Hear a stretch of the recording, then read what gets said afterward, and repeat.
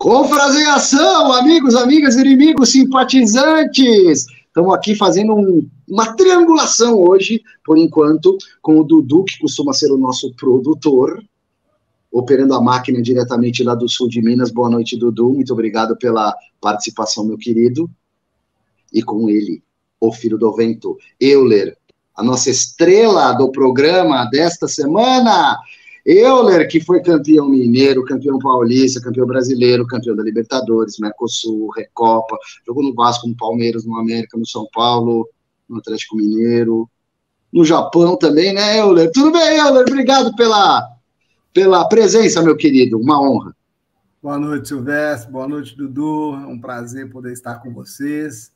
É isso aí, tive algumas participações aí nos clubes no Brasil, realizando sonho de criança, né? E Deus me deu essas oportunidades aí, eu fui feliz em todas elas, graças a Deus. Euler, vamos falar muito do que está acontecendo no futebol de hoje, vamos relembrar a sua carreira, os seus projetos para o futuro. Na verdade, você já está mexendo os pauzinhos no presente para colher lá na frente, né? Daqui a pouquinho vão entrar também, porque o nosso grupo está rachado, Euler. Ó, o Garrafa, Chinelinho, apresentador do Mesa, agora tá, né? Hoje eu não tô muito bem. Beto Luiz tá na igreja, mas eu acho que daqui a pouco ele sai da igreja e vai entrar aí. Chico Lang tá me dando o cano. Cadê o Soberal? Cadê o Roger? Eu tô brincando, e o Dudu tá com a gente aqui também, e na medida em que os nossos confras forem chegando, porque cada um tem também o seu compromisso, eles vão entrando aqui para tabelar com o Euler. Euler, você começou no América de Minas, né, cara? E você foi campeão mineiro, ó lá, já está chegando o Beto Luiz, esse é o patrão, viu, Euler? É ele que desenvolveu este equipamento, que se chama Sharebox, que é um purificador de ar, o nosso patrocinador. O Beto Luiz não é jornalista, mas poderia ser, porque é um amante do futebol, cara muito inteligente, além de tudo é meu primo, mas não por isso que eu estou elogiando, e é um palmeirense que torceu muito para você, quando você jogou no Palmeiras, mas te secou quando você jogou no São Paulo. Fala aí, Beto! Oi, Ale. Euler, que prazer estar com você, Dudu, tudo bem? Boa noite, Roberto. Legal. Prazer, Roberto. Um grande abraço para você aí. Deus abençoe. Que o Senhor abençoe a todos nós. Bacana. O Euler também é um homem de Deus, Beto, como você. Amém. Todos nós somos, né, Euler? Todos nós somos. Mas alguns são mais praticantes do que outros. Qual que é a sua igreja, Euler?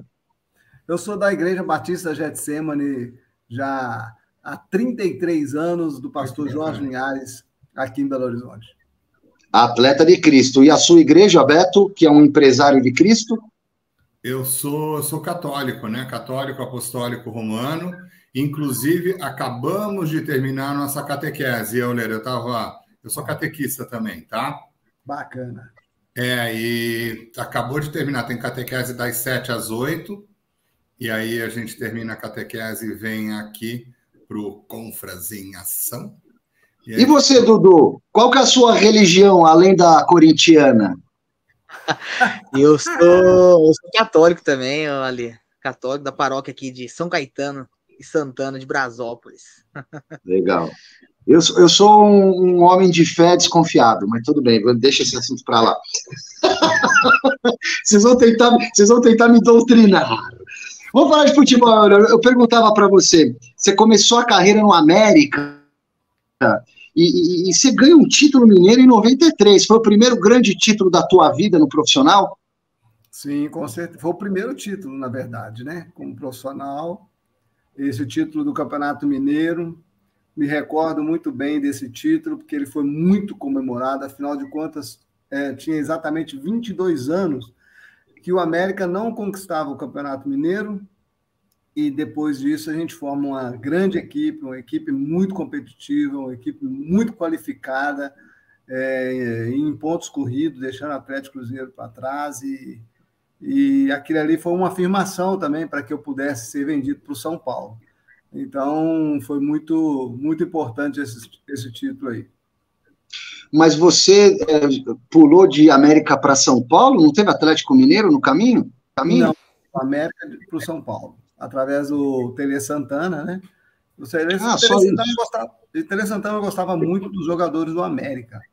Primeiro foi o Ronaldo Luiz, o Palinha, e aí depois cheguei lá no São Paulo. Fiquei muito deslumbrado, é uma coisa assim... na década que o São Paulo tinha evolução dentro de si.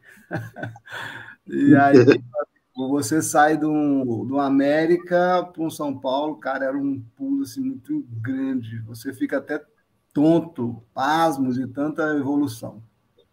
Então teve uma legião mineira turbinando aquele São Paulo épico de Tele Santana dos anos 90. Obrigado, Minas Gerais! O Tele Santana tinha o seu olheiro aqui, né, em Belo Horizonte, especificamente no futebol mineiro, e aí não tinha dúvida em contratar. Beto. Euler, você deu muitas felicidades para a gente, eu sou palmeirense, né? Então a gente tem jogos marcantes. Agora tem aquele jogo, Euler, eu estava no estádio, aquele que você jogou pelo Vasco, cara. Eu estava também. Aquele 3-4. Aquele 3 Memorável. Oi? Roberto, eu vou falar uma coisa para você. Para mim foi uma tortura esse jogo. É mesmo? Eu vou te explicar o porquê. Eu saí em 2000 para o Vasco da Gama e eu assinei um contrato com o Vasco, mas já com um contrato de empréstimo para retornar para o Palmeiras em 2001 para a disputa da Libertadores. Porque o que aconteceu? Eu não renovei meu contrato com o Palmeiras. Aquele acerto entre Palmeiras e Parmalat, isso e aquilo. Parmalat passou, porque o Parmalat tinha participação no passe, aí o Parmalat passou tudo para o Palmeiras. E o Palmeiras queria fazer dinheiro. E aí teve uma boa proposta que foi a do Vasco da Gama. Né? E nesse tempo de concerto, isso e aquilo, o Palmeiras conquista a vaga da Libertadores na Copa dos Campeões, lá no Nordeste. E aí, no momento em que conquista a vaga da Libertadores, aí o Mustafa faz um acordo com o Eurico Miranda, e esse acordo incluía eu voltar em 2001 para o Palmeiras para a disputa da Libertadores, com um contrato de empréstimo até o meio do ano. Porém, eu venho e veio para esse jogo. E eu ficava pensando assim, meu Deus, a torcida vai me bater na hora que eu voltar. Aí houve uma confusão entre o Mustafa e o Eurico no final do ano, vocês vão lembrar da Copa João Avelange, aquela votação para ter o terceiro jogo contra o São Vasco, São Caetano, isso, aquilo, tal. Aí o Eurico me chama na sala, rasga o contrato de empréstimo, você não vai voltar para o Palmeiras, porque acho que o Mustafa votou contra o Eurico Miranda. Aí começou essa confusão toda, isso e aquilo. Aí, resumindo, acabou que na época, o Pedrinho acabou vindo no meu lugar, entendeu? Aí fizeram esse acordo e eu fiquei no Vasco. Mas foi uma tortura aquele jogo para mim. E olha, o que aconteceu ali? Porque o Palmeiras vira 3-0, né? No primeiro tempo. E o que rola no vestiário do Vasco? É aquela assim, já perdemos ou não? Romário, né, no auge, sempre foi maravilhoso. E falar, não, vamos para frente, vamos para cima, vamos ganhar. O que aconteceu ali para essa mudança toda? Ô Beto, nesse dia o Chico Lang aí, que entrou aí, nosso grande amigo, com toda certeza vibrou com o nosso Vascão. Chico, nós estamos falando daquele Palmeiras 3, Vasco 4. Nossa, jogo histórico, né? Eu estava no estádio, Chico, eu estava no campo, cara. Mas o Euler está jogo... contando para a gente. Isso, o Euler continua aí explicando, mas aquele jogo foi uma partida que ficou marcada, porque é muito difícil acontecer aquilo que o Vasco fez, né? Eu mesmo duvidava que o Vasco fosse conseguir esse resultado, Euler. Você sabe o seguinte, nós tínhamos uma equipe muito qualificada, tanto que a base da seleção brasileira estava sendo formada com eu, Romário, Juninho Paulista e Juninho Pernambucano. Era o quarteto do Vasco, que era a base da seleção brasileira. E então, assim, a gente jogava, Chico, Roberto, a gente jogava assim, sabendo a hora que você vai acelerar o jogo, a hora que você vai, não, vamos poupar um pouquinho, e não, agora é hora de a gente virar esse jogo, e a gente jogava assim, durante toda a competição, né? E esse jogo específico, eu digo para vocês assim, no vestiário, eu olhava para a minha direita, estava o Romário. Eu olhava para a minha esquerda, o Juninho Pernambucano. Eu olhava para frente, estava o Júnior Baiano, Jorginho, Odivan. Eu vou dar duro em quem? Eu vou ficar caladinho. Senão eu apanho. Não vou falar nada. Mas nós fomos para o vestiário com 3-0. Em campo mesmo, a gente já se entreolhava e falava assim, o que está acontecendo? Uma coisa é certa, nós entramos bem relaxados, entendeu? E o Palmeiras numa rotação enorme. E era aquele dia, eu fui assistir agora América e Fluminense. O América pega um primeiro tempo, destrói o Fluminense, é dono da partida, podia estar ganhando de 3-4-0. Aí entra um segundo tempo, tudo aquilo que o Fluminense vai fazer dá certo. Inclusive, as oportunidades de gol, o Fluminense vai lá e coloca. E aquele jogo foi assim. No primeiro tempo do Palmeiras, entendeu? Eles aproveitaram muito bem todas as suas oportunidades, né? E não era só para ser 3-0 no primeiro tempo, era até para ser 4-5-0. Ou talvez aí um gol a gente fizesse, um ou até 2 golzinhos também, porque a gente não jogou mal. A gente estava fora da rotação desse jogo, entendeu? Do Palmeiras. O Palmeiras entrou assim fulminante e nós assim relaxado. Não que a gente achava menosprezando o Palmeiras, não. Pelo contrário. Fomos para o vestiário teve uma conversa do Joel Santana, que tinha acabado de chegar, né? Saiu o Oswaldo, brigado lá com o Eurico, chega o Joel Santana, depois tem uma fala do Eurico Miranda também, mas o ponto-chave foi naquele momento em que a gente reúne ali perto da escada para subir para o campo, em que você começa a ouvir frases de gente consagrada, mas umas frases mais humildes, uma frase mais de que, ou seja, gente, vamos entrar e vamos tentar minimizar essa situação, nós não podemos tomar mais gols, 4, 5, e sair daqui vergonhosos, não, vamos entrar e minimizar essa situação, a gente nunca pensava nessa virada, a gente entrou, entendeu? Dando uns passinhos para trás e pensando em minimizar essa situação. Só que esse minimizar, claro que a entrada do Viola também foi muito importante, né? Deu um upgrade muito grande ali no ataque. Ele entrou no lugar do NASA, não foi? Isso, nós ficamos assim muito mais forte no ataque e aí nós entramos na mesma rotação do Palmeiras, na mesma velocidade, na mesma pegada, na mesma disposição, na mesma vontade, na mesma raça. Porém, em termos de qualificação técnica, nós éramos superiores. E aí as coisas foram acontecendo, e aí a gente começou a acertar tudo, acertar passes, acertar jogadas, acertar enfiada de bola, e aí os gols foram saindo naturalmente. Nós só pensamos na virada quando nós temos 3-2. Nós pensamos nem na virada, pensamos, vamos dar tempo de empatar isso aqui, vamos chegar e vamos empatar. E depois do empate, vimos a possibilidade. E tanto vimos, e tanto o time foi assim, que eu falo, numa vontade igual a do Palmeiras, eu não vou falar que o Palmeiras não está, que nós somos superior em vontade, não, porque o Palmeiras esse dia estava impressionante. Que o Júnior Baiano foi expulso e nós não sentimos a falta de um jogador a menos de campo. Continuamos com a mesma vontade e fazendo as coisas acontecerem, fazendo os gols e viramos a partida. Então, eu creio, o empate aconteceu aos 42 do segundo tempo, né? O empate foi o Juninho quem fez, não foi? Isso. Foram exatamente. 2 de pênalti do Romário, aí o Juninho empata no 3-3, não foi? Exatamente. E o Romário faz o 4º gol. Faltava 45 já do segundo tempo, né? Já estava acabando, exatamente. Então, assim... É o futebol. Pois não. Eu acredito bastante essa virada no intervalo, porém, no momento antes de subir para o campo. Aí todos bem humilde mesmo, a humildade tomou conta e aí conseguimos. E como é que foi o lance dos jogadores do Palmeiras, Euler? Assim, vendo 3-1, 3-2, 3-3. Como é que estava a atitude dos jogadores dentro do campo do Palmeiras? Não conseguiam segurar a bola, sucumbiram à qualidade técnica do Vasco? O que estava rolando?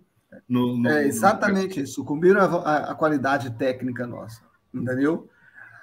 Você pode pegar, você pode ver, é lógico que você toma beleza, sua parte mental ainda continua com o 2, você já começa a ficar preocupado, o 3 você desanima, porque você estava ganhando de 3, aquela coisa toda, mas se você rever o jogo todo novamente, você vai ver que, de fato, o Palmeiras, em hora nenhuma, baixou a guarda, entendeu? Desanimou ou entregou os pontos. Não, continuou do mesmo jeito, só que a gente estava voando naquele momento. É aquilo que nós acabamos percebendo, que, cara, vamos na mesma vontade, a vontade, porque a qualidade técnica nós temos mais. O Dudu, de Mineirinho para Mineirinho, Dudu. De Mineirinho para Mineirinho, depois o Chico entra na roda para dar uma aquecida aí também. Faz uma pergunta para o Euler. Beleza. Obrigado, gente, pela oportunidade de estar aqui, né? Falando com o Euler. Agradecer o Euler pela presença dele aqui hoje. E Euler, eu tava vendo aqui os times que você jogou, né? Em 98 você foi jogar no Japão, né? Hoje o futebol já evoluiu muito, mas em 98, como que era o futebol japonês em 98 quando você chegou lá? Porque eu vejo aqui, ó, você jogou 16 jogos e fez 12 gols, isso mesmo? Isso mesmo. Em agosto, nem tinha terminado o primeiro turno ainda do campeonato japonês e eu sofri a lesão de ligamento cruzado. Né? Sozinho, fui cruzar uma bola e minha perna não girou e acabei sofrendo. Então, assim, foi só realmente 16, mas eu estava muito bem, foi um momento muito bom para mim no Japão. Fui emprestado. O Filipão me chamou para conversar. Ele queria que eu saísse do Palmeiras, porque o Paulo Nunes estava chegando. Em 97, nós fizemos uma final com o Vasco campeão. Era uma época em que só o campeão brasileiro ia para a Libertadores. Então, a gente tinha que conquistar novamente a vaga da Libertadores, em 98. E aí veio uma série de contratações da Parmalat. E o Filipão sempre acreditou na minha característica para a Libertadores. E ele me chama e fala assim, eu preciso que você jogue, eu quero que você jogue, porque eu preciso de você na Libertadores. Nós vamos conquistar a vaga agora em 98 e vamos jogar, e vamos para a Libertadores 99. Mas aqui vai jogar o Paulo Nunes, entendeu? Mas eu quero que você continue jogando. E vamos atrás aí de um clube, isso, aquilo e tal, vai atrás de um clube. E aí eu consegui ir para o Japão para poder jogar. Só que aí eu volto machucado. Mas o Filipão, até nisso, ele foi importante, que ele falou assim para mim, olha, pode recuperar tranquilo, que eu garanto para você que você ainda vai ser importante para mim na Libertadores. Por isso, Dudu, quando chega a final da Libertadores, na cobrança de pênalti, o Filipão, depois de tudo que aconteceu, porque eu não ia ser nem escalado para bater o pênalti, mas saiu Evaí, expulso, saiu o Arce para eu entrar e saiu o Alex, 3 principais cobradores de pênalti, ainda assim o Paulo Nunes era o 5º cobrador. Mas o Paulo Nunes chamou o Filipão e falou, olha, não vou cobrar, não quero cobrar. Aí o Filipão me chamou e falou assim, ó, lembra que eu falei que você vai ser importante para mim? Agora é a hora. Você bate o pênalti? Eu falei assim, claro que eu bato. Conta comigo, tamo aí junto. E aí aconteceu aquilo que anos atrás ele falou que eu ia ser importante e de fato, foi um momento único. E eu estava nesse jogo também, viu, Euler? E quando o Zinho bate o primeiro pênalti para fora, cara, a gente já... Aí tá até coçando a cabeça. O Chico vibrou. Cara, foi desesperador. Eu estava ali atrás do gol da curva, né? Que não era o gol das piscinas, os pênaltis foram no outro gol, né? No gol oposto ao gol das piscinas. Eu estava ali, cara, e eu vendo o Zinho bater para fora aquele primeiro gol, aquele primeiro pênalti. Depois da gente ter vencido por 2, ganhamos de 2-1, né, no tempo normal. Aí teve as expulsões todas, a gente fala, bom, nos pênaltis a gente vai ganhar, o Zinho toca para fora. Ai, meu Deus do céu.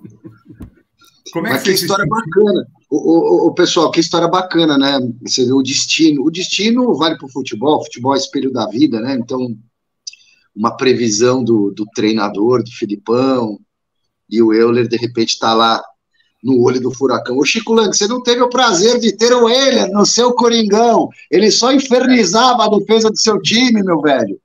Nossa, e como infernizava, né? Agora, uma coisa que eu vou perguntar para você, Euler, aproveitando um fato que aconteceu ontem. Veja você aí, o Luizito Soares, que é consagradíssimo, um artilheiro indiscutível, campeão de tudo no Barcelona, não sabe bater pênalti. Que absurdo. Ontem ele perdeu de 5 pênaltis, ele perdeu 3. Porque teve uma cobrança na decisão também, né? Da decisão do Gaúcho, que ele acabou desperdiçando. Nessa situação, o que você, como técnico hoje, falaria para o Luizito Soares? Luizito, não bate mais pênalti, sai para lá. Pô, mas é o Luizito Soares, como é que você vai falar isso, eu? Exatamente. É o que você colocou. É o Soares, meu amigo. É um cara acostumado a grandes jogos. Grandes jogos. Então, se tem uma coisa que ele não vai ter problema, é mental na hora da cobrança de pênalti. O fato de errar não está aqui, muito mais na condição de que assim, tem gente que bate mais do que ele, entendeu? Não por parte mental, mas por questão que está mais acostumado a bater pênalti. Por exemplo, ele está acostumado a grandes jogos, grandes, campeão de Champions e não sei o quê. Mas quem batia pênalti? Entendeu? Neymar, né? Messi. Messi. Então, ele poderia bater esporadicamente um pênalti. Tem gente que bate em mais sequência, entendeu? E hoje, Chico, está cada vez mais difícil para os cobradores, muito mais fácil para os defensores. Embora está sendo mais covardia as regras para os goleiros, porém, os goleiros estão se especializando até mesmo diante da sua postura, entendeu? Estudando bastante essa questão de cobrança de pênalti, os goleiros estão... vamos pegar assim, uma nova geração, os goleiros mais fininhos, entendeu? Então, eles têm mais mobilidade do que antigamente, então, mais agilidade, nos treinamentos mais potentes para na hora de sair, escolher o canto e sair, entendeu? Então, aí eles saem mais rápido. Então, hoje, eles estão mais especializados em defender pênalti do que antes. O Euler, puxando um pouquinho sobre essa questão do pênalti hoje, né? Além de toda a evolução do goleiro, que para mim é a posição que mais evoluiu ao longo do tempo no futebol, a regra também está ferrando cada vez mais o goleiro. O VAR agora, se o cara adiantar 1 milímetro, pau!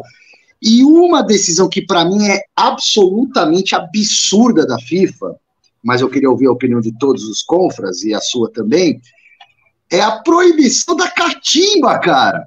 Valdir Pérez deve estar se remoendo no túmulo, né? Porque era um catimbeiro de marca maior. São Paulo foi campeão de 77 contra o Atlético Mineiro, graças a uma passada de mão na bunda de um zagueiro, lá que eu esqueci o nome do Atlético, que errou a última cobrança. O que você acha disso? Tirar essa questão emocional, que eu acho bacana, eu acho que o futebol tem isso também. Se o goleiro passar do ponto, toma o cartão, mas agora é tolerância zero. O que eu acho é que o futebol está cada vez mais chato. que não pode mais nada, cara. Não. Pelo amor de Deus, você não pode fazer mais nada. Eu não concordo muito com essa questão, pelo simples fato de... Cara, é uma estratégia do goleiro, entendeu? É uma estratégia do goleiro. É igual uma estratégia do atacante esperar. É uma estratégia do atacante bater um pênalti em 2 lances, entendeu? Como eu fiz, como eu já bati esse pênalti rolando a bola para o Douglas fazer o gol. Então, não deixa de ser uma estratégia. Eu acho que se extrapolar, tudo bem, mas daí uma tolerância zero para isso, acho que eu não gosto. Acho que tem muito mais coisa para a gente se ver do que uma coisa dessa. Concordo Agora, contigo. é para favorecer o atacante, né? Porque muitos atacantes estão perdendo gols. Agora, com essas novas determinações, deu uma inibida nos goleiros, né? Mas, em compensação, os atacantes não têm mais aquilo que você falou bem do Luizito, eu concordo. E lembrei do Liedson.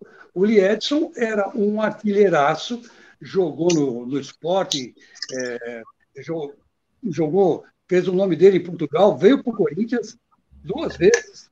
E nas 2 vezes ele fazia questão de colocar no contrato dele que ele não iria bater pênalti. Era a única condição que ele impunha, né, para voltar para o Corinthians. E gozado que no último jogo, quando o Corinthians foi campeão, o Corinthians meteu uma goleada aqui no Pacaembu. E aconteceu um pênalti em cima dele, inclusive. Que ele cavava muito pênalti, né? Que nem você, né?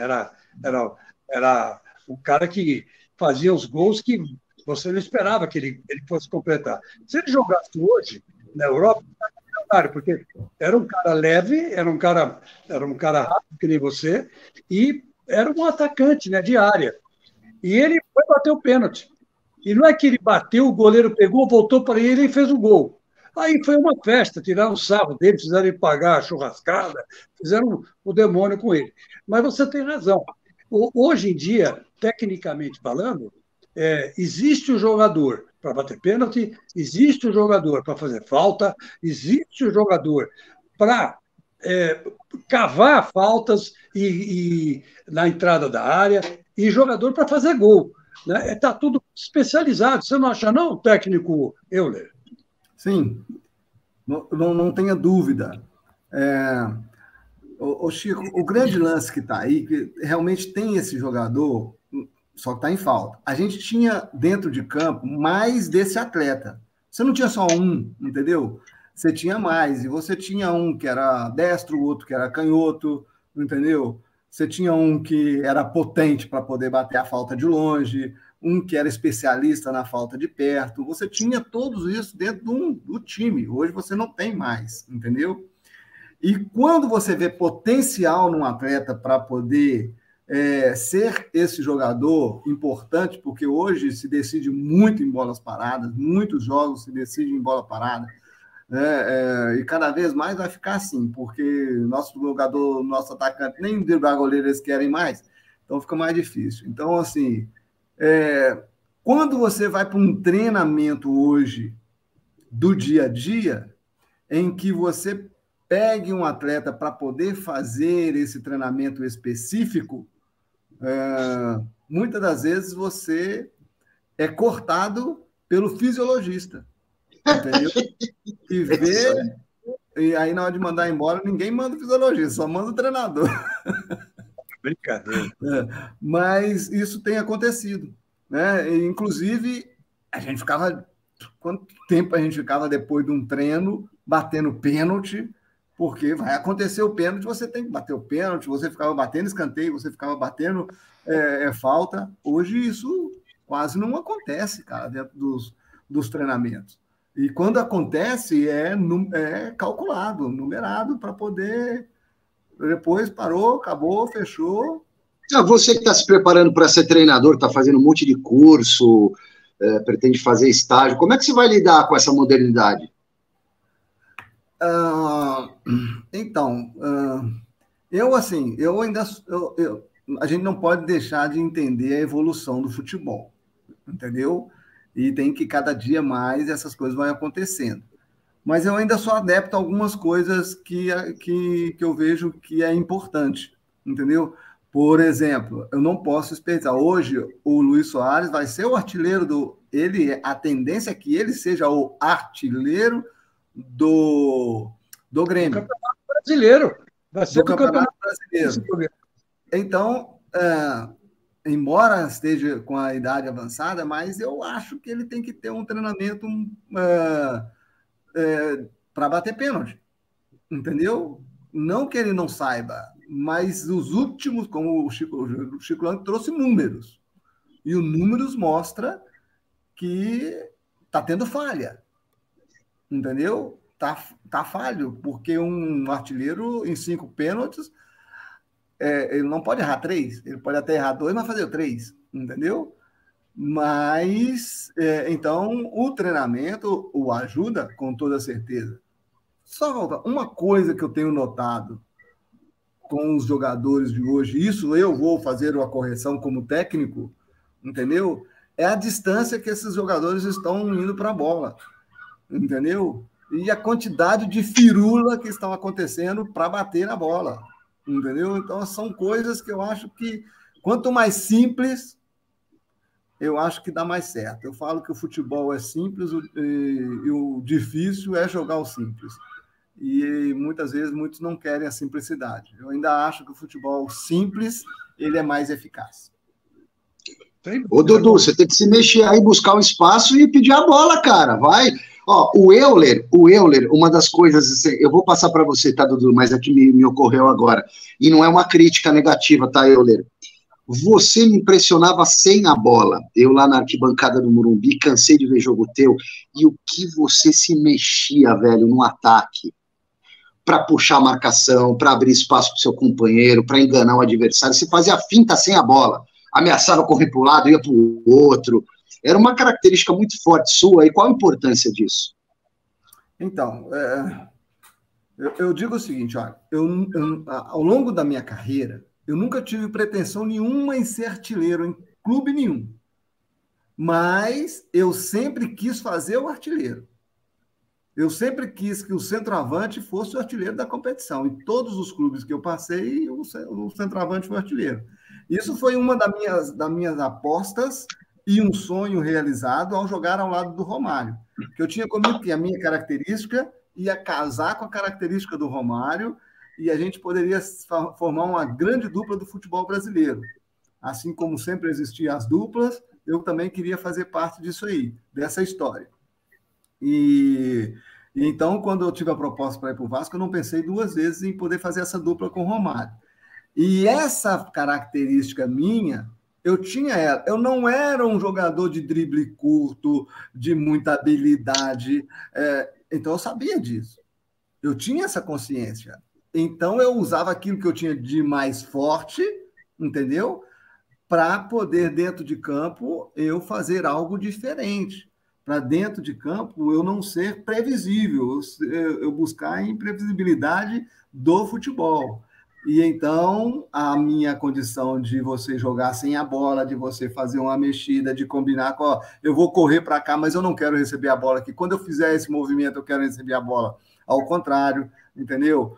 Está ao lado de meias que enfiava a bola. Por exemplo, eu gostava muito de receber a bola na frente, entendeu? E quando eu recebesse no pé, já sabia que eu ia dar o tapa na frente. Eu não ia para o drible curto, eu ia tocar a bola na frente, porque eu sabia que na velocidade ninguém me pegava, entendeu? Então, assim, por exemplo, eu tive um marcador que eu não ousava receber a bola e partir para cima dele, porque ele era um grande marcador, que era o Juan do Flamengo. Então, a minha movimentação e até porque ele também tinha velocidade, então a minha movimentação dentro de campo era para que eu não receber a bola no pé, mas receber na frente, em um lançamento mais longo, porque ele também tinha arrancada. Então, eu preferia isso. Então, essas situações hoje dentro do futebol, dificilmente você vai ver. Porque os jogadores hoje, cada vez mais, parece que não, mas com a mente curta. E isso por causa da evolução do mundo. Porque eles hoje têm um celular e gastam muito mais tempo nesse celular. Entendeu? Você falou uma coisa muito interessante que eu percebi no jogo do Atlético Mineiro. O Atlético Mineiro contra o Vasco que você defendeu também, o que acontecia? Era gozado, porque, por exemplo, ele não fazia jogada lateral na linha de fundo.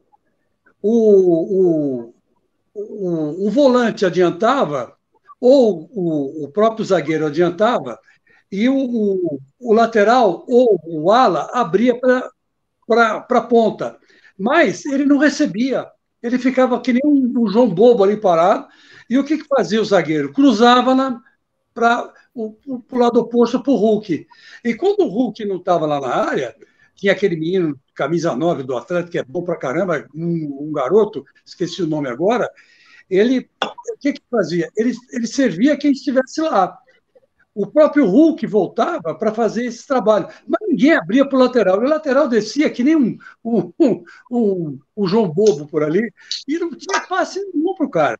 Eu achei muito estranho esse tipo de armação do Cudê, porque atrapalhou muito o jogo do Atlético. Se tivesse aberto mais pela lateral, como faz, por exemplo, o Palmeiras, como faz o Corinthians, como faz o São Paulo, que não está bem, a fase não está boa, mas os laterais do São Paulo voam, né? Que nem diz o mestre Alberto Luna, Alberto Helena Júnior, que eles voam, né? Eles voam, né?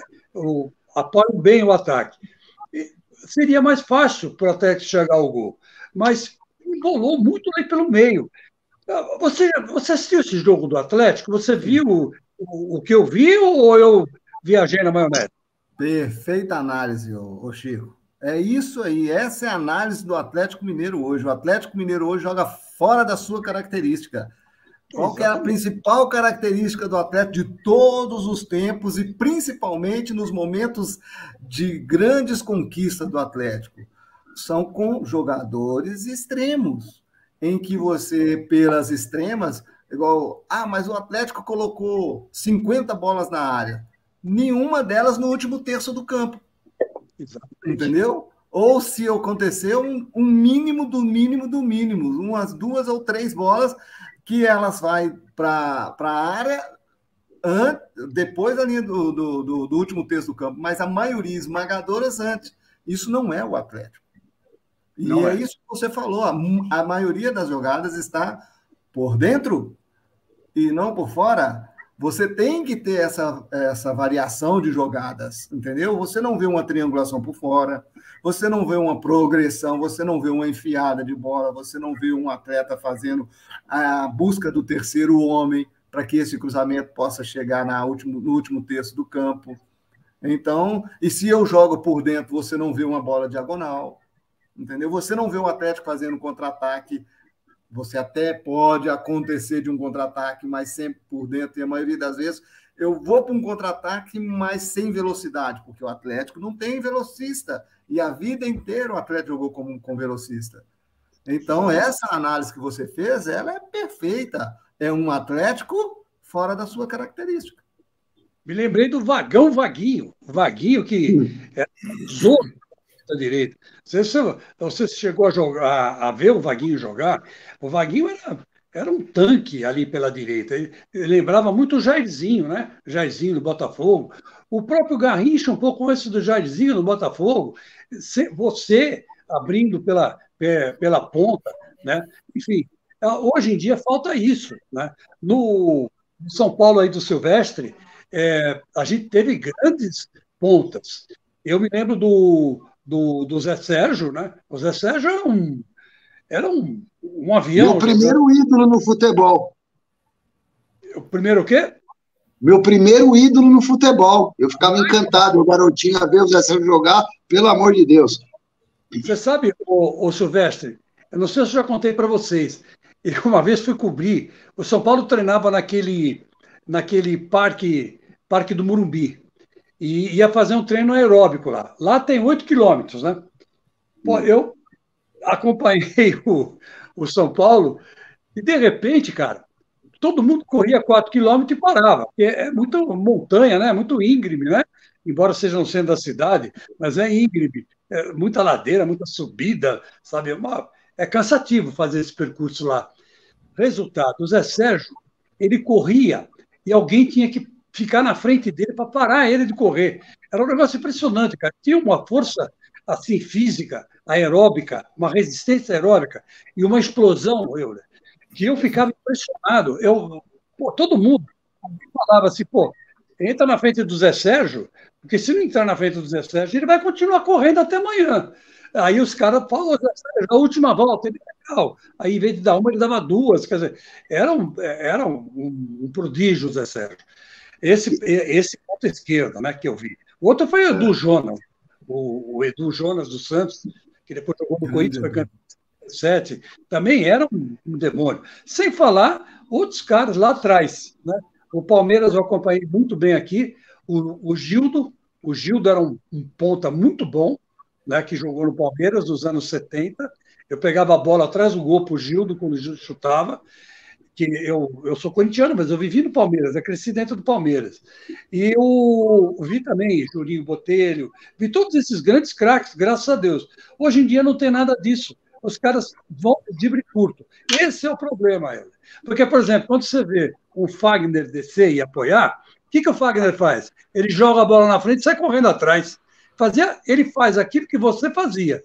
Você pega um lateral, que nem o Marcos Rocha, que já não tem aquela explosão, mas ele é um cara que também faz isso. Ele joga a bola na frente, vai na linha de fundo e alça dentro da área. O Piquerez, do Palmeiras, é outro que também usa desse expediente. E quando ele joga na frente e sai correndo atrás dela, o Dudu, do Palmeiras, que geralmente está pela esquerda, ou quem estivesse lá, o Wesley, né, que agora está lá no Cruzeiro, fechava para o meio. Por quê? Porque ele tinha espaço para cruzar, fazer jogadas, né, e dar uma boa investida ofensiva. E isso acabou, e você tem total razão. E, infelizmente, eu acho que duas coisas que mataram o futebol brasileiro de hoje, né? Pelo que eu tenho, na primeira rodada do Campeonato Brasileiro que eu vi, poucos times têm o meia para armar a jogada e pensar o jogo, ninguém pensa mais o jogo, faz o jogo de qualquer jeito, quem pensa está saindo bem, né? E os alas, que não apoiam, com exceção. O Palmeiras é uma exceção, né? O Flamengo, pelo amor de Deus, com aquele menino lateral esquerdo, é um demônio esse menino. E vai dar muito certo. Ele vai ser o novo Roberto Carlos do futebol brasileiro. Ele entra na área e faz gol. Né? O Ailton, como é que ele chama? Esqueci. O lateral esquerdo lá do Ailton Lucas. Ailton Lucas, obrigado, Dudu. É muito bom jogador. É diferenciado, está num patamar diferente. Mas o que ele faz demais? Não faz nada demais. Ele pisa na área e apoia pela esquerda. É isso que ele faz. Coisa que, naquele nosso tempo lá atrás, do Euler, né? Hoje do técnico, todo mundo fazia isso. Né? Até eu, que era mais bobo, fazia isso quando jogava na lateral esquerda. Então, quer dizer, infelizmente, o futebol brasileiro está perdendo a sua melhor característica, né, Euler? Exatamente. O futebol brasileiro está perdendo, infelizmente, os clubes perdendo as suas identidades, as suas características, e os atletas não sendo preparados para isso na base. Então, é muito triste ver isso. Eu acompanho o Sub-20, entendeu? E vejo também que isso tem acontecido no Sub-20 dos clubes. Agora, torcer para que isso um dia possa mudar. Eu volto para o Brasil, que eu fiquei 5 anos na Espanha, com essa expectativa, cara. Eu tenho muita fé, eu tenho esperança de que o nosso futebol, porque o nosso futebol é o melhor do mundo, tá bom? É o melhor futebol do mundo, o melhor campeonato mais disputado é o Campeonato Brasileiro, e infelizmente nós não temos o principal, que é a organização, e por isso a gente não se destaca. Não é interesse do pessoal fazer com que isso possa acontecer, a CBF, porque se tivesse interesse realmente, a gente poderia ser uma grande potência. Somos individual, estamos perdendo, tá diminuindo, mas ainda somos a grande potência. Com toda certeza eu venho para isso, com fé de que isso vai melhorar. Dudu, fala aí. Então, Euler, você trabalhou com o Tele Santana, com o Felipão, né? Com grandes treinadores. Então, assim, o que você acha que você pode trazer deles hoje para o futebol de hoje, que se perdeu com o tempo, né? Você vê que o futebol brasileiro mesmo, como você disse, que é o melhor do mundo, a gente se perdeu um pouco, né? Eu já vi falas do Luxemburgo falando que na Várzea a gente começou a melhorar os campos em vez de piorar, né? O atleta parou a ter aquele domínio, o brasileiro a ter aquela ginga toda, porque os campos melhoraram em vez de aprender, né? O que você acha que você pode trazer assim, pro futebol brasileiro que se perdeu com o tempo, né? Sim, a perda da qualidade técnica, sem dúvida nenhuma, são vários fatores. E esse fator do futebol de rua, é um dos fatores. Por quê? Porque, infelizmente, hoje a nossa ela está muito ruim e dificilmente pais vão deixar meninos na rua, né? E a consequência disso é que o princípio ou o subprincípio da qualidade técnica está na coordenação motora de um garoto. E sem essa coordenação motora, entendeu? Vai ficar muito difícil a evolução da parte técnica essencial do futebol, entendeu? Domínio, chute, cabeceio, passe, dribles. Então, sem a parte coordenativa, sem isso, é muito difícil a evolução do menino. Vai ser o que nós estamos vendo hoje aí. E, sem dúvida nenhuma, tem toda a razão. O que trazer desses treinadores é muita coisa, cara. Eu digo o seguinte, eu estava na Espanha como técnico e alguma das vezes dentro do clube, momentos de jogos, você acaba lembrando de algumas coisas que esses treinadores faziam e que você pode adaptar, entendeu? Tudo que se faz hoje, fazia antigamente, só que hoje se faz diferente, os treinamentos muito mais global do que analítico. Entendeu? Antes se fazia muito treinamento analítico, hoje ele é muito mais globalizado e muito mais num espaço curto, e isso é uma coisa que eu ainda vou debater muito com respeito a essa questão de treinamento, muito treinamento em espaço curto, porque quando você vai quando você vai abrir um campo, por exemplo, creio eu que até a parte muscular cobra disso dentro do campo. Opa! Entendeu? Na minha cabeça, eu treino a semana toda com treinos reduzidos, em campos reduzidos, de 20, onde o atleta faz o máximo 25 metros de tiro, isso e aquilo. Mas no jogo, o extremo tem que fazer um tiro de 80. Antes era até o lateral que fazia, hoje é o jogador... É o ponta. É o ponta que tem que voltar, né? Tem que fazer um tiro de 80. Eu acredito que chega no jogo, o músculo fica assim, pensando assim, uai, o que eu estou fazendo que eu não fiz durante a semana? Ô, Euler, o que você está falando é uma espécie de obsessão do futebol moderno pelo tic-toc, tic-tac, enfim. Porque o futebol tem lançamento de 30 metros, de 40 metros, tem arrancada, tem drible, tem cruzamento, tem chute de longe, e parece que o futebol bem jogado hoje, eu posso estar enganado, cara, mas é a minha impressão, tem que ser sempre no toquezinho de bola em espaço curto. Eu acho interessante você trabalhar também essa característica, mas não está virando uma obsessão? Sim, não. De fato, é o que você falou. Você tem que ver... Eu não posso pegar certos treinamentos de antigamente, eu não posso chegar mais aqui hoje e fazer segunda-feira é físico, terça-feira é coletivo, quarta-feira é finalização, sexta-feira, quinta-feira é físico, sexta-feira não. Há um novo modelo de treinamento e você tem que realmente ir em busca disso.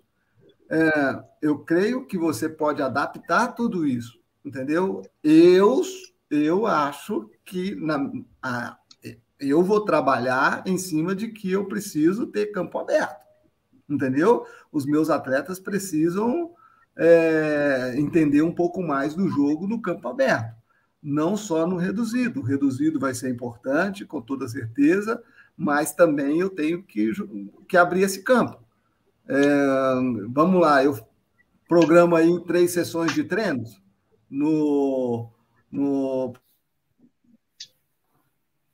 tem que ser pelo menos um pouco mais o campo mais aberto, que seja o setor de ataque hoje e amanhã que seja o setor de defesa. Mas eu tenho que abrir um pouco mais esse campo, justamente pelo que foi dito aí. Não está tendo lançamento, por quê? Porque eu treino a semana toda em campo curto. Como é que eu vou lançar? Não tem lançamento. Não vai ter lançamento. Então, tudo é adaptado. Eu vou procurar buscar aquilo que eu aprendi, que é outra coisa. Eu fiz o curso da CBF B e licença A. E fiz todos os cursos da UEFA de treinador, licença B, licença A, licença Pro. Então, eu tenho uma qualificação aí que pouquíssimos treinadores no Brasil têm. Fiz cursos, aprimorei em todos os sentidos, todo quanto é palestra eu participei, coloquei na prática no clube que eu estava atuando, deu certo, conquistamos, tivemos bons resultados. Uma competição que ela não é uma competição de alto nível, mas onde eu coloquei deu certo. Lógico que na hora que eu entrar, eu tenho que verificar, mas eu quero me adaptar ao melhor. Para o meu país, eu volto para o Brasil, a da Europa, com um estudo, com muito conteúdo europeu, mas eu preciso ter discernimento em saber se eu consigo trazer esse conteúdo e aplicar aqui no Brasil, e em determinados clubes. Porque eu vejo que nós precisamos melhorar nisso, Chico. Nós temos aí um potencial muito grande de treinadores, mas nós estamos sendo engolidos por um pessoal que, infelizmente, não está entendendo que nós precisamos de uma metodologia brasileira. Nós precisamos de conteúdos brasileiros. Entendeu? E isso parte do princípio que tem que vir de cima para baixo. Então, a CBF tem que falar para a escola de treinador brasileiro o seguinte: como é que nós vamos ajustar isso? Vamos reunir todo mundo, vamos reunir a galera, vamos reunir treinadores, vamos reunir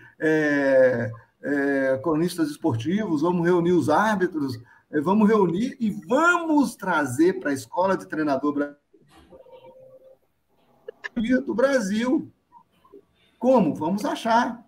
Partindo do princípio que existe estados brasileiros com as suas dificuldades e existe os clubes brasileiros com as suas histórias, entendeu?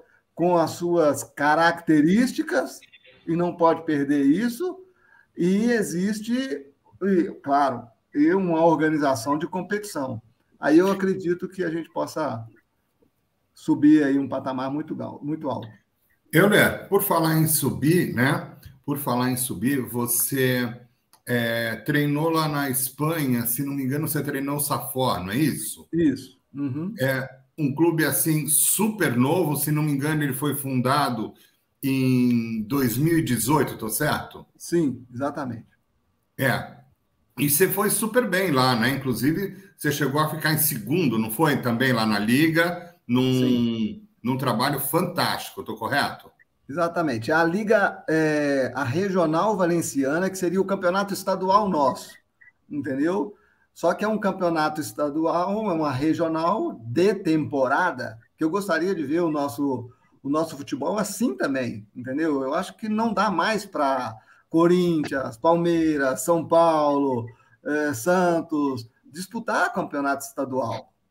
Tem que ter eu gostaria de ver uma Série A de temporada o ano inteiro, uma Série B de temporada o ano inteiro, uma Série C, uma Série D. A partir daí você ter uma regional e o estadual também de temporada, e que o estadual te dê o acesso para a regional e o regional que te dê acesso para o nacional, para a competição nacional.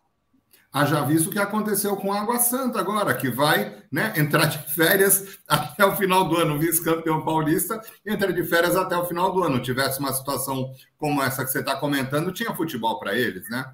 Sim. Na minha primeira temporada na Espanha, eu fui campeão, que foi a temporada 19-20.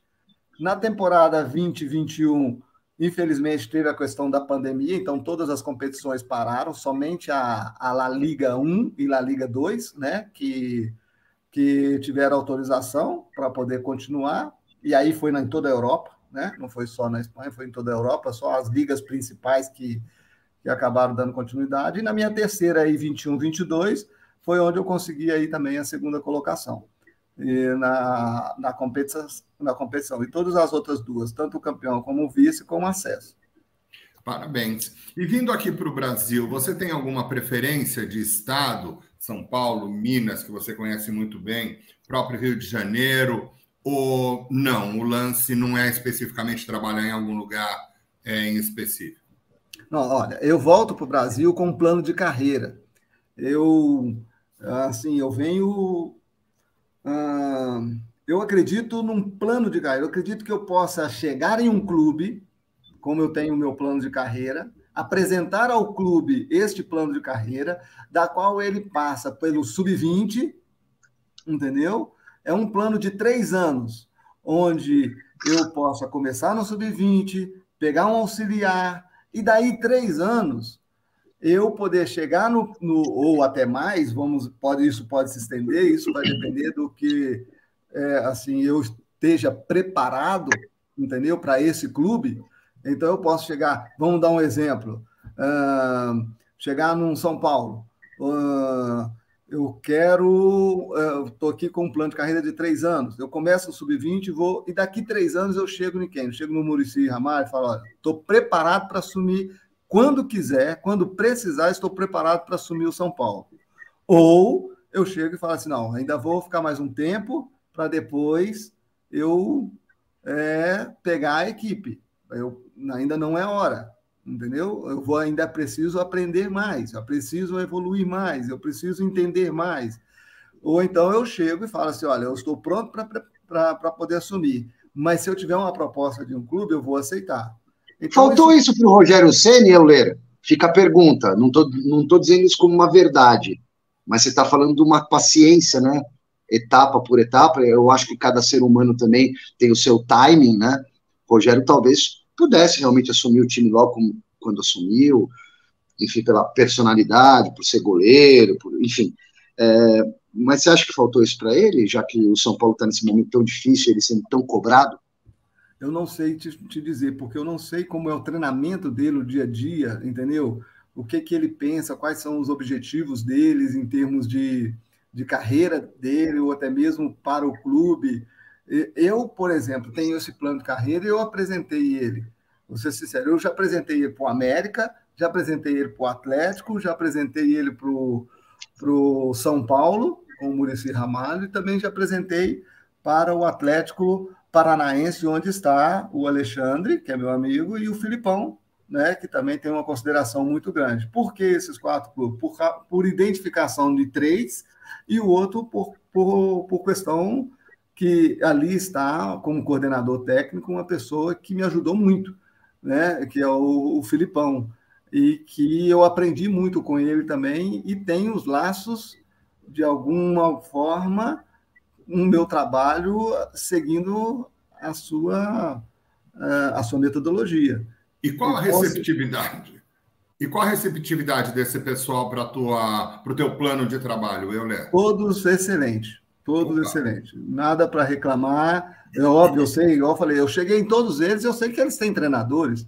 Eu não estou para entrar no lugar de ninguém, eu estou apresentando para quando precisar, entendeu? Se há um momento em que precise, eu quero que você saiba que eu estou à disposição, entendeu? Para atender o pedido de um clube e aquilo que eu acredito aquilo que eu acredito que vai dar certo, entendeu? Eu acredito muito no tempo, acredito muito que o tempo, com o tempo eu vou conquistar o meu lugar. Não vai ser da noite para o dia, não tem pretensão nenhuma de pegar um clube aí de primeira, porque eu quero me preparar ainda melhor, entender mais o futebol que está acontecendo no Brasil, essas coisas todas.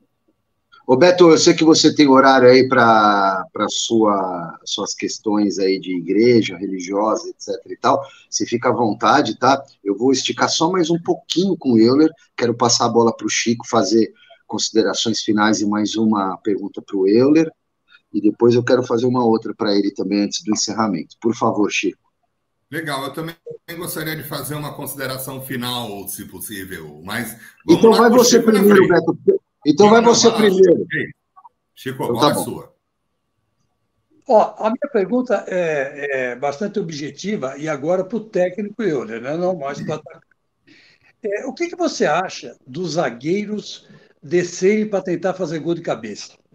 O Gustavo Gomes do Palmeiras e o Murilo são os erros e vezeiros de descer e fazer gol de cabeça. O Gil, agora, virou o terror dos adversários. Sobe muito para tentar gol de cabeça. No São Paulo, o próprio Arboleda desce para tentar também, né, deixar o dele lá. Basicamente, esses zagueiros, né, que chamam a atenção. Bom, no Flamengo, então, nem se fale, né? O Davi Luiz desce toda hora. Aliás, o Davi Luiz ainda não marcou o gol dele no Flamengo, mas ele desce toda hora para tentar. No Fluminense, os zagueiros fazem a mesma coisa. Né? Vamos citar os times mais importantes, assim, né? No Atlético Mineiro também, né? Você também, quase todos eles estão usando expediente de descer o zagueiro para tentar gol de cabeça na bola parada de escanteio. O que você acha disso, técnico Euler? Não, na verdade, hoje, Chico, isso é primordial, né? Hoje, é o que eu digo, muitos jogos estão sendo decididos nas bolas paradas. Ela virou hoje é um fator essencial que você tenha sessões de treinamentos dentro da semana de bola parada. O que eu vejo muita falha, e aí nós vamos lembrar de um Palmeiras recente com o Scarpa, que o Palmeiras tinha uma potência na bola parada por causa do princípio dela, que era a batida do Scarpa. Era muito perfeita a batida dele. Então, a quantidade de gols em bola paradas era enorme. Hoje pode ter certeza que vai diminuir um pouco, mas é fundamental hoje a presença desses atletas dentro da área, nas bolas paradas, pelo potencial que eles têm já de treinamento, porque com toda certeza, num microciclo de treinamento dentro da semana, a maior sessão de treinamento desses atletas é através do que eles têm de melhor, que é de impulsão, que é de cabeceio, tanto para tirar a bola quanto para poder finalizá-las, entendeu? Então, é primordial, é fundamental, e haja vista que o futebol hoje exige isso pela quantidade de jogos decididos em bola parada. Beto!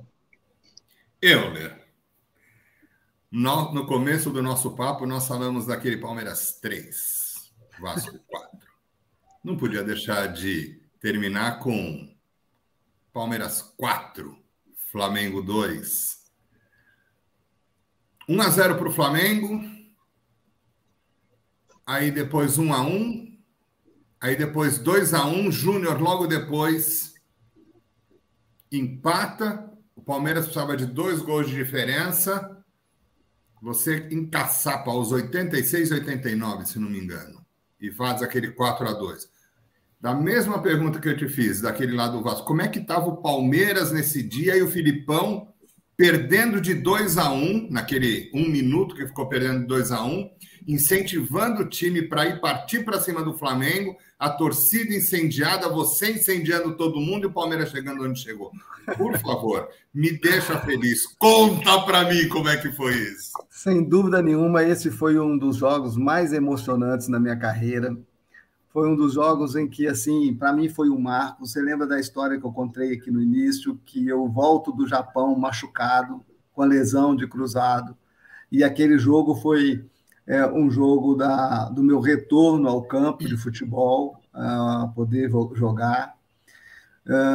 Falei também que eu nunca tive pretensão de poder fazer gol, e Deus me abençoou esse dia de poder fazer 2 gols e decidir essa partida. De cabeça! Eu estava muito convicto e com fé que isso ia acontecer. Tanto que, no intervalo do jogo, eu chamei o Sérgio, o goleiro, que estava comigo no banco, e falei assim: ô Sérgio, eu estou sentindo que eu vou decidir esse jogo, Sérgio. E como prova de que eu estou te falando, eu vou lá no vestiário agora e vou colocar 2 camisas que eu quero tirar uma. No momento em que eu decidi, eu quero tirar uma e jogar para a torcida. E aí fui lá conversar com o roupeiro para me dar a segunda camisa, ele não queria me dar, eu falei assim: eu vou fazer o gol da vitória, eu vou fazer o gol da decisão e eu preciso jogar essa camisa para a torcida. Aí ele me deu a segunda camisa.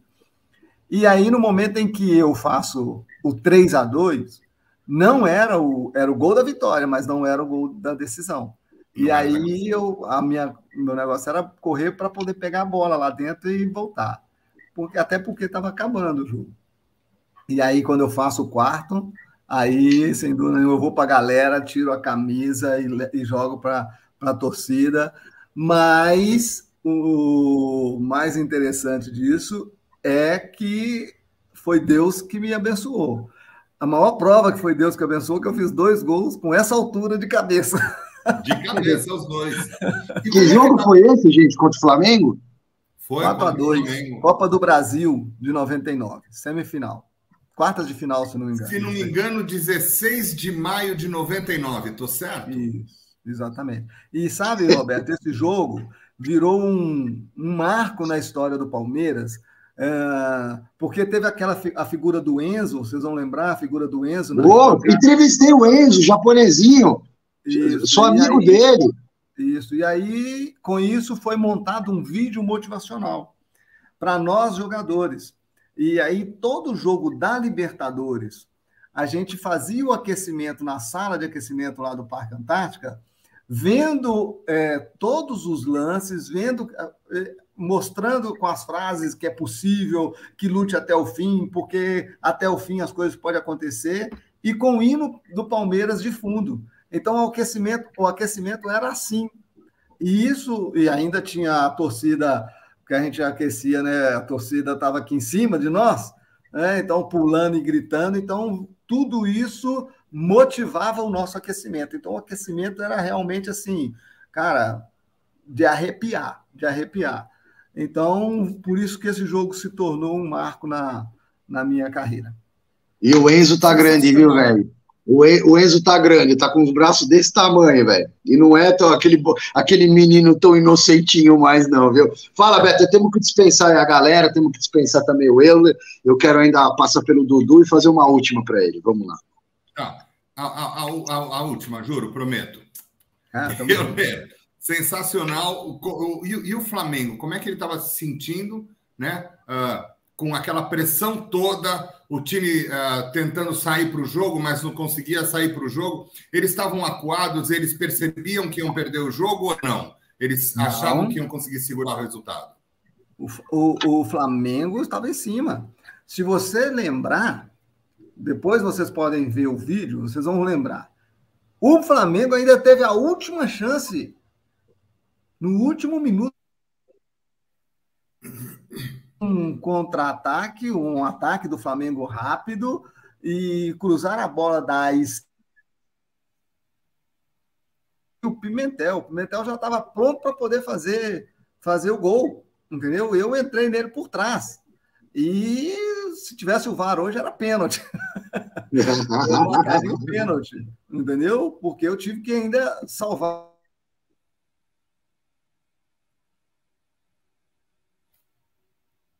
Abateu um pouquinho com a saída do Romário.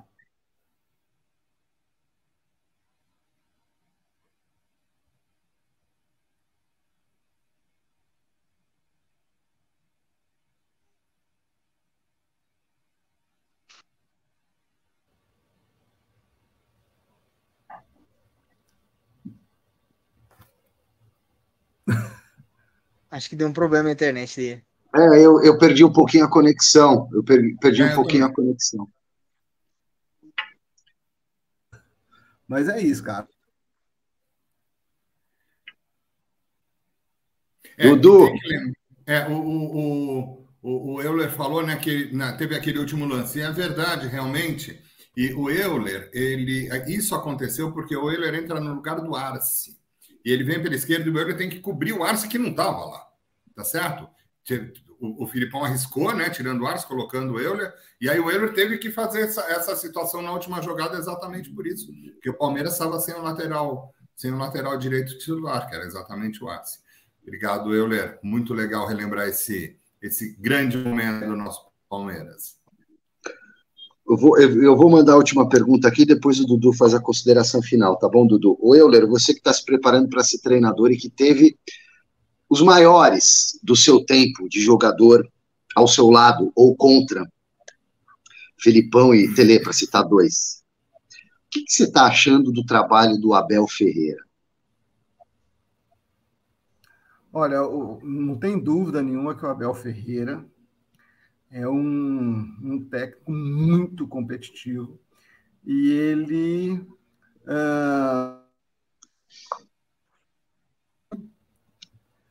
que o Palmeiras precisa e necessitava, que é as conquistas de título.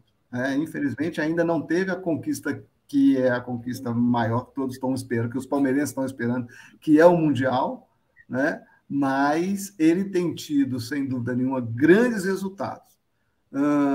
A conduta que ele está tendo, acho que está piorando, entendeu? Ela já vem acontecendo antes, mas a sua conduta não está sendo muito legal, até porque hoje tem essa famosa tolerância zero do ato com os jogadores e com o treinador, ainda vai piorar mais ainda, entendeu? E há que se vigiar, há que se cuidar, não tem dúvida nenhuma, mas o trabalho. Eu, particularmente, a nível de competitividade e a nível de conquista, não tem dúvida nenhuma que o palmeirense, todos no Palmeiras, está hiper mega satisfeito com o Abel. Eu acho que o Palmeiras ele é muito grande, muito maior para você estar jogando em função do adversário.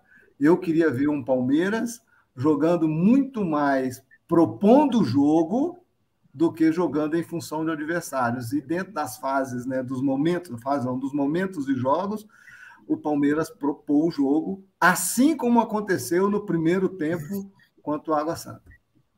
Então, para você falta um pouco de ousadia, para você falta ousadia no plano tático do Abel Ferreira no Palmeiras, apesar de tudo que ele vem conquistando. Sim, eu queria ver o Palmeiras um pouco mais ousado, o Palmeiras um pouco mais na busca porque ele faz os jogadores correrem, cara. Ele faz os jogadores nas fases que você tem do jogo, nas transições, os caras cumprem rigorosamente. E eu acho que poderia propor mais esse jogo do Palmeiras, com a qualidade que tem os atletas, entendeu? Tem potencial de velocidade com o Dudu. Você tem poder de finalização? Você tem. Você tem poder de contra-ataque? Você tem, entendeu? Você tem poder nas transições, tanto defensiva como ofensiva, você tem. Então, você tem tudo isso. Então, acho que pode ser mais proposto um Palmeiras mais ousado. Obrigado, Euler. Foi um prazer falar com você, meu querido. Obrigado, Beto. Obrigado, Chico. E Dudu, pode passar a régua. Se alguém quiser fazer mais algum comentário, aqui também é livre, né, gente? É livre. A nossa grade é bem flexível. Primeiro aí, para agradecer o Euler, né, de ficar aqui com a gente, parabenizar ele pela carreira gigante que ele teve, né? Eu não tive o prazer de acompanhar, mas meu pai é São Paulino, fala muito do Euler, do Expressinho, né? Por pouco eles não foram tricampeão da Libertadores, ele foi tricampeão da Libertadores em 94, né? E só ouço coisas boas dele, né? E no final da carreira ainda, Euler, você conseguiu ainda ajudar o América Mineiro a ressurgir, né? Você voltou para o América Mineiro, onde você surgiu, e ainda conseguiu fazer ele subir de divisão, né? No Mineiro, no Brasileiro e tudo mais, né?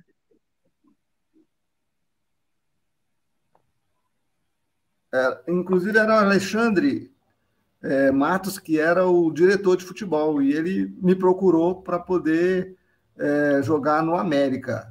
E eu propus não só jogar, como ajudar o América na volta à elite do futebol brasileiro. Isso se tratava de você passar até por uma segunda divisão do Campeonato Mineiro. O América nós disputamos aí a segunda do Campeonato Brasileiro. Então, isso aí não era da noite para o dia. Teria que ser um trabalho bem feito a longo prazo, né? E no mínimo de 5 anos, como aconteceu. Eu chego em 2006, América na primeira divisão do Campeonato Brasileiro. O estádio, que hoje é um belíssimo do estádio, um pouco mais estruturado dentro do seu centro de treinamento, onde eu tive que comprar papel higiênico, trator para cortar a grama, café da manhã do pessoal, tudo que pudesse fazer dentro de campo e fora de campo, eu fiz para ajudar o América a voltar aí à elite do futebol brasileiro.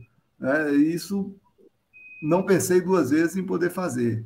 E, graças a Deus, o América hoje é um clube muito estruturado, sem dívida, entendeu? Já SAF, e com um patrimônio enorme e com um bom time. Obrigado, gente. Ó, eu quero agradecer muito ao Euler, Dudu, Chico, Beto, vocês foram maravilhosos aí, provocando as situações, tá? E o Euler fechou um ciclo maravilhoso da carreira dele, né, com essa declaração final. Começa no América, termina no América, mas eu acho que você vai passar por lá mais vezes ainda, viu, Euler, como treinador. Acho que está escrito. Tchau, gente. Vamos ver. Muito obrigado, gente. Obrigado, Chico. Um grande abraço a vocês. Fala. Tchau.